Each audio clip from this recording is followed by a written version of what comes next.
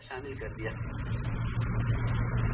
تو میں عرض کر رہا تھا ہمارا کام یہ ہے اختلاف کے زمانے میں کہ ساتھیوں کا حد درجہ اکرام کرنا، کسی کو غیر مت سمجھو، کسی کے بارے میں یہ نہ کوئی ہمارے خیال کا نہیں ہے، یہ ہماری جماعت میں سے اب آپ کس طرح کا کس گروپ میں ہیں؟ خدا کی قسم نہ ہم نے کوئی گروپ بنایا ہے، نہ قیامت تک تبلیغ میں کوئی گروپ بنے گا۔ دل کی بات کہہ رہا امانت کبھی نہیں۔ یہ کام امت بنانے کا ہے، امت، اس لیے امت بناؤ، امتی بن کے کام کرو، خوب اکرام کرو ساتھیوں کا۔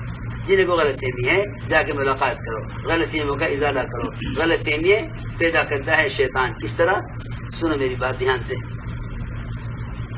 مسلمانوں کی آپس کی جماعتوں میں تفریق پیدا کرنے اور مسلمانوں کے علماء اور مسلمانوں کے بڑوں سے ان کے عوام کو کاٹنے کے لیے یہ کام آج کا نہیں، یہ کام نبوت کے زمانے سے چل رہا ہے۔ کیونکہ جب شیطان یہ دیکھتا ہے کہ امت میں اجتماعیت اور امت میں اطاعت اور امت میں دین کا استقبال بڑھ رہا ہے تو وہ آپس میں اختلاف پیدا کرنے کے لیے بدگمانی پیدا کرتا ہے اور غلط خبروں سے دلوں کے اندر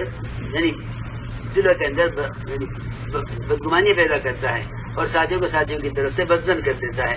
ساتھی تحقیق نہیں کرتے، سنی ہوئی بات پر کوئی قدم اٹھا لیتے ہیں۔ میری بات دھیان سے سننا۔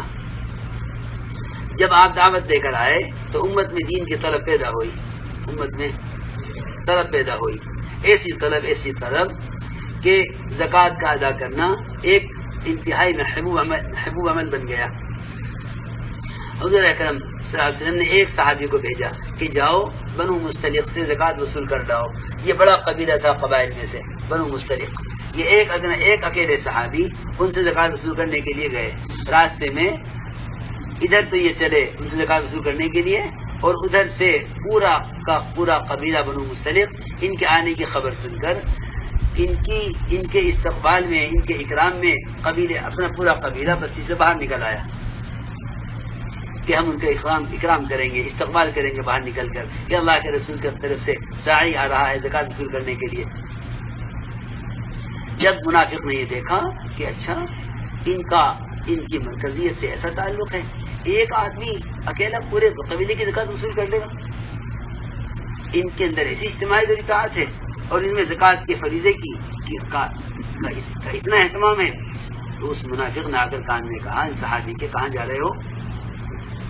جا رہا ہوں زکوٰۃ وصول کرنے کے لیے۔ اس منافق نے یہ کہا تمہیں خبر بھی ہے وہاں کیا ہو رہا ہے؟ کیا بات ہے کہ پورا قبیلہ تمہیں قتل کرنے کے لیے اپنے بستی سے باہر آ گیا ہے، تم اکیلے ہو، پورا قبیلہ نکل آیا تمہیں قتل کرنے کے لیے، وہاں تو قتال ہو رہا ہے۔ اچھا، اور سنو پورا قبیلہ زکوٰۃ دینے سے انکار کر رہا ہے، جاؤ جا کے بتا دو اللہ کے رسول، اور میں سچ کہہ رہا ہوں۔ کیونکہ جو لوگ فساد اور جھگڑے پیدا کرنا چاہتے ہیں نا، وہ قسمیں کھا کے کہتے ہیں کہ ہم تو خدا کی قسم سچ کہہ رہے ہیں، ہم تو دل سے، جی ہاں قرآن کی میں تو آیت کا ترجمہ کر رہا ہوں، ہم سچ کہہ رہے ہیں، ہماری بات مان لو۔ جی ہاں اسی طرح کہتے ہیں، بلکہ قرآن میں ہے وَيُشْهِدُ اللَّهَ عَلَى مَا فِي قَلْبِهِ، کہ اللہ کو گواہ بناتا ہے اپنی سچائی پر۔ وَهُوَ أَلَدُّ الْخِصَامِ، قرآن میں ہے، حالانکہ وہ خالی جھگڑا ہوئے، أَلَدُّ الْخِصَامِ۔ تو اس نے منافق نے کہا میں سچ کہہ رہا ہوں، وہ تمہارے قدر کے لیے نکل آئے ہیں اور زکوٰۃ دینے سے انکار کر رہے ہیں۔ یہ صحابی واپس ہو گئے، خبر سن لی ہے کیا؟ خبر سن لی، تحقیق تو کی نہیں، خبر سن لی ہے، نے جا کے دیکھا نہ ان سے پوچھا کچھ نہیں۔ یہ صحابی واپس ہو گئے، آگے آپ کو خبر کر دی، آپ نے صحابوں کو جمع کیا، مشورہ ہوا کیا کیا جائے۔ مشورے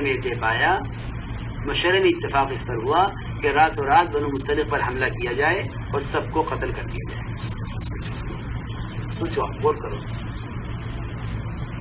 سب کو قتل کرو، ایک تو بھی نہیں چھوڑا، کیونکہ زکوٰۃ کا سے انکار کرنا کفر ہے اور ہمارے آدمی کو قتل کرنا چاہتے ہیں۔ جب صحابہ کا اتفاق اس پر ہو گیا تو آیت نازل ہوئی قرآن،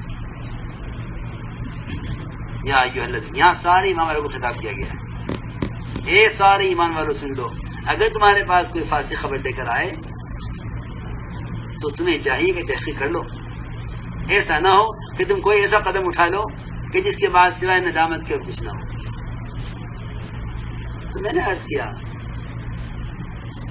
یہ ہے شیطان وساوس پیدا کرے گا، اختلاف کی باتیں ڈالے گا، اس پر لے آئے گا کہ لوگ ایک آدمی کی ذات سے اختلاف کر کے اس کے عمل سے، اس کی صحیح سے، اس کی ہر چیز اختلاف کریں گے۔